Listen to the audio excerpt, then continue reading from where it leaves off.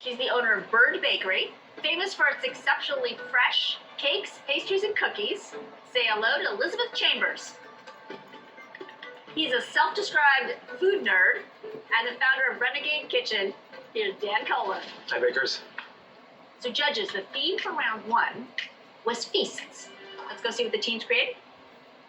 Hello. Stephen and Andrew. So for us, a feast is celebrating the two of us. The night that we got engaged, we went to a local sandwich shop at like 2 in the morning, and we ordered sandwiches, and that's how we celebrated our new life together, if you will.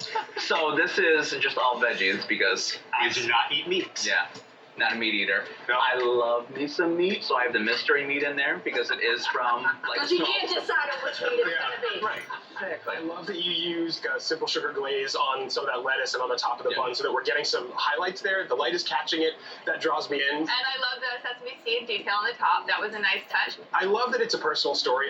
If you hadn't told me, however, I wouldn't really know that this is on theme. This is not a feast. This is a sad lunch when you have no other options.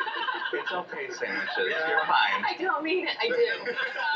But for a feast, I just want more. Even potato chips. Give me a side. Thank you, gentlemen. Thank you so Thank much. you. Yeah. Hello, ladies. Hello. Yeah. So, ladies, do you want to share with the judges what your cake topper theme is? So we live in Orange County. We grew up on eating a lot of Mexican food. So we have a sombrero and we have nacho chips, rice, beans, and of course ground beef tacos. I think this is really embodies a feast. I love you have everything from black beans to nachos to queso, which is, let's be honest, the best part. It's really, really, really beautiful, you guys. Thank you. I think you nailed it from a textural standpoint. There are so many different things going on here. It's really fun to look at. And I love a cake that demands that I walk around it. I do think that the hat could be bigger. Yes. But you nailed a lot of it here. Thank you, ladies. Thank you. Andrea and Shannon, how are you? This is Grandma's Sunday dinner. It's got all our southern favorites. My grandpa really liked her fried chicken, so we used a little crushed bran flakes with some piping gel underneath to give it just that touch of greasy look. Yeah. And you have to have mashed potatoes and gravy and fried hoe cake, collard greens, and the deviled egg and fresh garden tomato in the middle. I love your interpretation of feast. It's really fun to see this come from a family memory, and that feast is something that you do together. I don't know if it's because both my parents are from Mississippi, but this is the first time I've been hungry. Y'all are speaking my language. What you did with the fried chicken is so great. I love that it has that greasy quality, and I love that it has everything in it that makes it feel like it just came out of the fryer.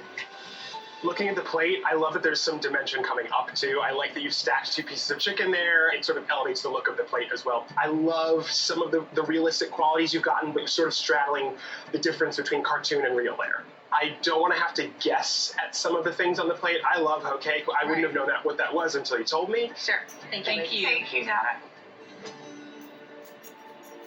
Hello, ladies. It looks good. Okay. To me, breakfast is one of the most important meals of the day, so I like every food group in my breakfast. A little bit of bacon and eggs. We have some delicious donuts. Of course, you have to have your fruit, some toast with jelly, a stack of pancakes, and my cup of joe over here. Well, like any good mother, you're telling us that breakfast is the most important meal of the day. And I think you covered a lot of your bases with your food groups. I love that you gave it the dimension. It could have been really easy just to put the pink donut on the bottom with the rest of them. And I have to commend you on the pancakes. The little dots you did around the pancakes make it so much more realistic. I'm told I make the best pancakes. Fake and the real ones, right?